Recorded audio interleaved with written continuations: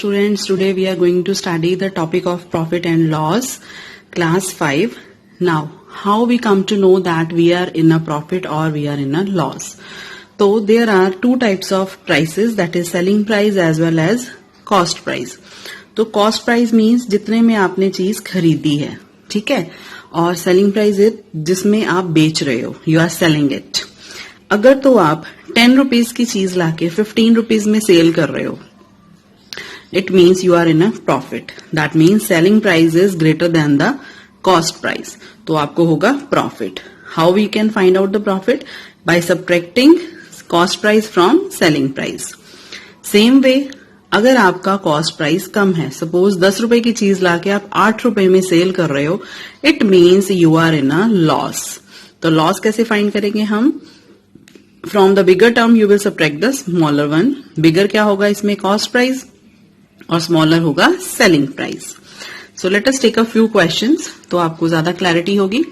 गुरांश bought a cycle for ₹7,500 and transport charges were ₹100. If he sold his cycle for ₹7,980, find the loss और the profit. तो first of all we will write down the cost price. Cost price कितनी है? That is ₹7,500. Now अब उसको transport charges भी लगे हैं, 100 rupees उसने उसमें भी खर्च किए हैं. That means it will be added here. So transport will be added here ₹100. तो टोटल कितना हो गया? ₹7,600. ये आ गई total cost price.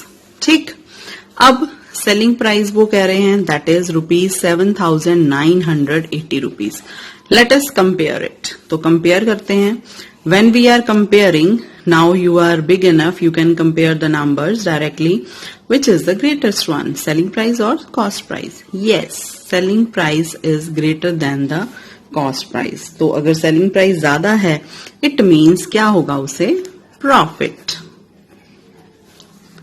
Profit will be 7,980 minus 7,600. तो subtract कर दोगे, you will get the profit here, net profit. That is 380 rupees. तो 380 रुपए का उसे फायदा होगा, प्रॉफिट होगा, गेन होगा. You may be asked find the gain, find the profit. Okay, so both the things are same. Let us see the another one. Second is a fruit seller bought 20 dozen oranges for ₹140 and sold it at a rate of ₹6 per dozen. ठीक है, find his gain or loss. अब उसने 20 dozen oranges खरीदे हैं at the rate of ₹140. तो हम एक dozen पर डजन का रेट फाइंड आउट कर सकते हैं. Cost of 20 dozen oranges, that is ₹140. ठीक है, तो कॉस्ट ऑफ 1 dozen oranges क्या होगी? We will divide 140 by 20. It will be ₹7. You can do the division. 140 को 20 से डिवाइड करो. 27s are 140. So ₹7 per dozen. अब ये आ गई उसकी cost price. Cost price of 1 dozen, that is ₹7.